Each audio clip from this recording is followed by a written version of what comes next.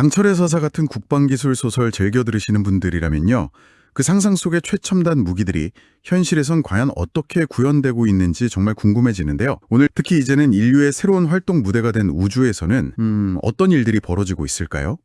오늘 저희가 살펴볼 자료는 물리학자, 또 군사 전문가, 그리고 현역 공군 우주정책 과장이 나눈 대화입니다. 이 대화를 통해서 공상과학 영화가 아닌 현실의 우주작전이 무엇인지 아주 깊이 파고 들어보겠습니다. 그렇죠. 보통 우주작전이라고 하면 많은 분들이 스타워즈나 강철의 서사에 나오는 그런 함대전 같은 걸 떠올리기 쉽거든요. 근데 과연 현실도 그럴까요? 오늘 우리가 풀어봐야 할 핵심 질문은 바로 이거예요. 지상에서 수백 킬로미터나 떨어진 저 작은 인공위성들이 어떻게 현대 전쟁의 승패를 좌우하는 가장 중요한 요소, 이른바 게임 체인저가 되었을까? 이겁니다. 좋습니다. 그럼 바로 본론으로 들어가 보죠. 군사적으로 말하는 우주라는 게 도대체 어디서부터 시작되는 건가요? 하늘하고 우주의 경계선이 법적으로 딱 정해져 있나요? 네, 명확한 기준선이 있습니다. 바로 지상 100km 상공, 카르만 라인이라고 부르는 곳이에요. 군에서는 보통 이 100km 이상을 우주작전의 영역으로 보고 있습니다. 100km요? 툭 떨어지는 시제라 뭔가 좀 인위적인 느낌도 드는데요. 특별한 이유가 있는 건가요?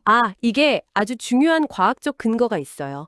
전투기 같은 항공기는 공기의 힘, 그러니까 양력을 받아야 날 수 있잖아요.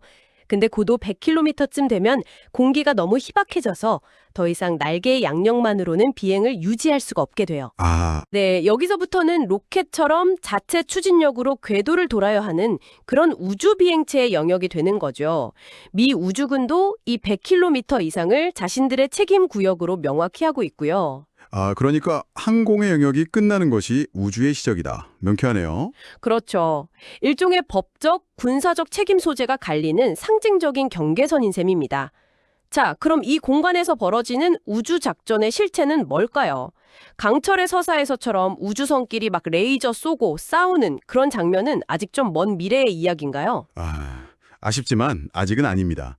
현실의 우주작전은 함선끼리 싸우는 그런 물리적인 전투라기보다는요. 인공위성을 자유롭게 활용하고 또 반대로 적의 활용은 막는 보이지 않는 정보전쟁에 훨씬 가깝습니다. 통신, 영상 정보 수집, 그리고 가장 중요한 GPS 같은 항법 정보를 군사적으로 완벽하게 통제하는 모든 활동을 말하는 거죠. 그러니까 지구 전체를 24시간 내려다보는 수만 개의 눈과 귀, 거대한 CCTV 네트워크를 운용하고 지키는 것과 비슷하다, 이렇게 볼 수 있겠네요. 정확합니다. 그리고 그 CCTV들이 서로 부딪히거나 고장나거나 또는 적의 방해를 받지 않도록 지상에서 감시하고 관리하는 것까지 전부 우주작전에 포함돼요. 제가 본 자료에 따르면 현재 미 우주군이 공식적으로 추적하는 활동위성만 해도 12만 개가 넘고요. 12만 개요? 네. 근데 이건 활동위성만이고 과거에 버려진 로켓 동체나 작은 파편까지 합치면 48만 개 이상의 물체가 총알보다 빠른 속도로 지구 궤도를 떠다니고 있습니다. 48만 개요? 와, 상상이 안 되네요. 그걸 관리하는 것 자체만으로도 정말 거대한 작전이겠어요? 그렇죠. 우주 쓰레기를 관리하는 관제사들하고 이야기를 나눠보면 시속 28,000km로 움직이는 그 수많은 물체들 사이에서 수십억 달러짜리 위성을 조종하는 게요. 마치 3차원 우주 공간에서 벌이는 초고속 체스 게임 같다고 하더라고요. 초고속 체스 게임이요? 네, 한 번의 실수가 연쇄 충돌로 이어져서 특정 궤도 전체를 아예 못 쓰게 만들 수도 있으니까요. 와, 그렇다면 그 CCTV, 즉 위성의 가장 중요한 역할 중 하나가 역시 감시이겠군요. 적이 미사일을 발사하는 걸 위성으로 감시한다고 들었는데 이건 어떤 원리인가요? 위성 하나가 계속 지켜보는 건가요? 아니요, 두 종류의 위성이 아주 긴밀하게 협력을 합니다. 먼저 정찰 위성이 있어요. 이 위성들은 비교적 낮은 고도를 돌면서 고해상도 카메라로 특정 지역을 아주 상세하게 들여다봅니다. 낮은 고도에서요? 네, 평소에 미사일 기지 같은 곳을 주시하면서 차량 이동이라던가 발사대 설치 같은 미세한 움직임을 포착하는 거죠. 마치 순찰하는 경비원처럼 저쪽 분위기가 좀 심상치 않은데 하고 계속 지켜보는 거예요. 정찰 위성의 중디 단계를 포착하는군요. 근데 미사일 발사는 정말 순식간에 일어나잖아요. 정찰 위성이 마침 그 순간에 그 위를 지나간다는 보장이 없는데 발사 순간은 어떻게 잡아내죠? 바로 그 지점 때문에 조기경보 위성이 필요한 겁니다. 이 위성들은 훨씬 높은 정지 궤도에 떠서 항상 같은 지역을 넓게 내려다보고 있거든요. 아, 항상 같은 곳을요? 네, 그러다가 미사일이 발사될 때 나오는 그 엄청난 화염, 그러니까 강력한 적외선 신호를 24시간 감시하는 거죠. 성능이 어느 정도냐면 사막에서 성냥불 하나 켜는 걸 감지할 정도라고 해요. 와, 화염이 감지되는 즉시 발사됐다 하고 전 세계의 미군 기지에 경보를 보내고요. 미사일이 날아가면서 공기 마찰로 발생하는 열까지 추적해서 예상 낙하 지점까지 계산해냅니다. 정말 대단하네요. 그런데 자료에서 정말 흥미로운 지점을 봤어요. 1960년대 초창기 정찰 위성을 지금하고 기술이 완전히 달랐더군요. 그땐 디지털 카메라가 없어서 사진을 찍은 필름을 캡슐에 담아서 지상으로 떨어뜨렸다고요? 맞습니다. 코로나라는 이름의 위성이었는데요. 목표 지점 상공을 지나는 정확한 타이밍에 필름 캡슐을 투하하면 공중에서 수송기가 그 낙하산을 낚아채거나 지상에서 회수팀이 수거했어요. 그걸 공중에서요? 네. 그리고 그 필름을 현상에서 수많은 분석가들이 돋보기를 들고 일일이 눈으로 판독했죠. 그 필름 캡슐 이야기는 참 흥미로운 게 기술의 진짜 병목 지점이 우주에 있는 카메라가 아니라 지상에서의 데이터 처리 능력이었다는 걸 보여주는 것 같아요. 지금은 AI 알고리즘 하나가 순식간에 해낼 일을 그때는 수천 명의 분석가가 몇 주에 걸쳐서 했던 거잖아요. 아, 정확한 직적이십니다. 그리고 지금은 그 데이터 수집 방식 자체도 완전히 달라졌어요. 바로 합성계구 레이더, SAR이라는 기술 덕분이죠. SAR이요? 네. 이 기술의 가장 큰 장점은 밤이든 구름이 잔뜩 낀 궂은 날씨든 상관없이 지상을 그냥 손금보듯 들여다볼 수 있다는 겁니다. 원리는 박쥐랑 비슷해요. 위성이 지상으로 전파를 쏜 다음에 지형지물에 맞고 돌아오는 그 미세한 시간차랑 파형을 정교하게 분석해서 3D 지도를 만들어내는 거죠. 하지만 이런 시스템에도 한계는 있지 않을까요? 예를 들어서 최첨단 스텔스 기술이나 특정 위장 기술로 SAR을 속일 수는 없나요? 좋은 질문입니다. 물론 속이려는 시도는 항상 있죠. 하지만 SAR은 단순히 열이나 빛을 보는 게 아니라 전파의 반사를 통해서 물체의 형태, 크기, 심지어 재질까지 분석하거든요. 재질까지요? 네, 예를 들어 진짜 탱크 위에 위장금물을 덮어놔도 SAR은 그 아래에 있는 금속의 매끈한 질감과 형태를 감지해낼 수 있어요. 그래서 이 기술의 위력을 보여주는 아주 유명한 일화가 있죠. 걸프전 때 사막에 숨어있던 이라크군 벙커를 찾아낸 이야기 말씀하시는군요. 네, 맞습니다. 겉보기에는 아무것도 없는 그냥 모래사막이었지만 SAR 위성이 모래 속에 파묻힌 벙커에 아주 작은 환기구에서 새어나오는 미세한 열기, 바로 병사들이 밥을 짓기 위해 피운 불의 열기를 감지해낸 거예요. 밥 짓는 열기요? 네, 그 미세한 열 신호랑 주변 지형과의 미묘한 차이를 분석해서 벙커의 정확한 위치를 파악하고 타격할 수 있었죠. 사막에서 밥 짓는 연기까지 잡아낼 정도라니 정말 대단합니다. 자, 이렇게 적을 찾았다면 그 다음은 정확한 타격이겠죠. 여기서 바로 현대전의 게임 체인저, GPS가 등장합니다. 우리가 매일 쓰는 이 기술이 원래 군사 목적으로 개발됐다는 건 이제 많은 분들이 아실 텐데요. 그렇죠. 1970년대부터 개발이 시작돼서 1999년 코소보 전쟁에서 처음으로 무기에 본격적으로 활용됐어요. 바로 JODAM, JDAM이라는 장비 덕분이었죠. 사실 JODAM은 폭탄 자체가 아니라 일종의 키트입니다. 키트요? 네, GPS 수신기와 작은 날개를 우리가 흔히 아는 그냥 일반 폭탄에 부착하는 장치죠. 아, 그러니까 이 키트를 달기만 하면 그냥 떨어지기만 하던 평범한 이른바 멍텅구리 폭탄이 목표 좌표까지 스스로 날아가는 스마트 폭탄으로 변신하는 거군요. 바로 그겁니다. 이 기술의 등장은 전쟁의 패러다임을 바꿨어요. 과거에는 목표 하나를 파괴하려고 수십 대의 폭격기가 융단 폭격을 해야 했다면 이제는 전투기 한 대가 JDM을 장착한 폭탄 몇 발로 여러 개의 목표를 아주 정밀하게 파괴할 수 있게 된 거죠. 와, 과거 이란의 지하 핵시설을 타격할 때 수십 미터 땅속에 있는 시설에 아주 작은 환풍구를 정확히 타격했던 벙커버스터가 바로 이 기술의 정점이었고요. 이건 단순히 효율의 문제가 아니라 압도적인 힘의 과시에서 외과 수술 같은 정밀성으로 전쟁의 본질이 바뀌었다는 걸 의미해요. 그런데 이렇게 군사적으로 중요했던 GPS를 우리가 일상에서 쓰게 된 계기가 아주 비극적인 사건 때문이었다는 점은 잘 알려져 있지 않은 것 같아요. 1983년 대한항공 001기 피격 사건 말이죠. 네, 당시 KAL 007기가 항법 장치의 오차 때문에 의도치 않게 소련 영공을 침범했다가 전투기의 공격을 받고 격추된 아주 비극적인 사건이었죠. 이 사건 이후에 미국이 이런 비극적인 사고나 군사적 오판으로 인한 전면전 확산을 막아야 한다는 국제적인 압박에 직면했어요. 그래서 군용으로만 극비리에 사용하던 GPS를 전 세계 민간 항공기들이 사용할 수 있도록 개방하기로 결정한 겁니다.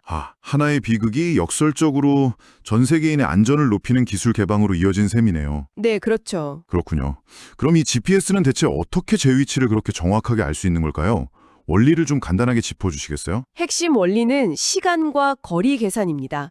지구 궤도를 도는 GPS 위성들은요, 저마다 극도로 정밀한 원자시계를 싣고 나는 지금 이 위치에 있고 이 신호를 보낸 시간은 정확히 몇 시 몇 분 몇 초야 라는 정보를 1초에도 수십 번씩 끊임없이 외치고 있는 것과 같아요. 그럼 제 스마트폰은 그 외침을 듣는 거고요? 그렇죠. 스마트폰 수신기는 최소 3개의 위성으로부터 신호를 동시에 받습니다.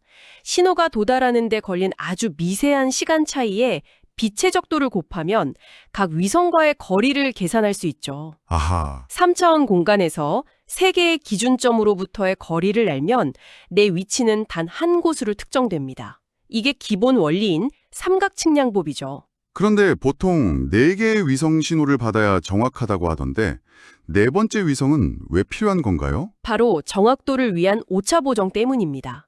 위성에는 수백억 원짜리 원자시계가 있지만 우리 스마트폰 시계는 그렇지 않잖아요. 그렇죠. 당연히 미세한 시간 오차가 발생하고 이 작은 오차가 거리 계산에서는 수백 미터의 오차로 증폭될 수 있어요. 4번째 위성 신호는 바로 이 시간 오차를 수학적으로 보정해주는 일종의 감독관 역할을 해서 위치 정확도를 비약적으로 높여주는 거죠. 알겠습니다. 자, 이제 모두가 이렇게 위성에 의존하게 된다면 반대로 적의 위성 시스템을 방해하거나 파괴하는 것이 당연한 전략이 되겠군요. 여기서부터 보이지 않는 우주 공방전이 시작되는 거네요. 맞습니다. 가장 기본적인 공격은 전파를 이용한 소프트킬이에요. 대표적으로 재밍이라는 게 있는데 이건 마치 조용히 대화하는데 옆에서 사이렌을 울리는 것처럼 아주 강력한 방해 전파를 쏘아서 정상적인 GPS 신호를 아예 듣지 못하게 덮어버리는 방식입니다. 강철의 서사에서도 적 함대의 통신이랑 타겟팅 시스템을 마비시키는 장면이 나오는데 바로 그게 재밍이군요. 그렇죠. 그것보다 더 교묘한 방법도 있습니다. 스푸핑이라고 불리는 기만 기술인데요. 스푸핑이요? 네, 이건 단순히 방해만 하는 게 아니라 아예 거짓 정보를 보내는 거예요. 예를 들어서 아군 드론의 수신기에 너는 지금 적진 상공에 있는 게 아니라 아군 기지 위를 날고 있어 같은 가짜 위치 정보를 계속 주입해서 스스로 엉뚱한 곳에 착륙하게 만들거나 심지어 아군을 공격하게 만드는 거죠. 와, 실제로 우크라이나 전쟁에서 양측이 이런 전자전을 매우 활발하게 벌이고 있습니다. 정말 무서운 기술이네요. 그럼 더 직접적으로 위성을 파괴해버리는 방법도 있겠죠? 물론이죠. 그걸 하드킬이라고 부릅니다. 가장 대표적인 게 ASAT이라고 불리는 위성 요격 미사일이에요. 지상이나 공중에서 미사일을 발사해서 우주에 있는 적위성을 직접 맞춰 파괴하는 거죠. 현재 공식적으로 미국, 중국, 러시아, 인도가 이 기술을 보유하고 있습니다. 위성을 직접 파괴한다니 그 파편들은 다 어떻게 되는 건가요?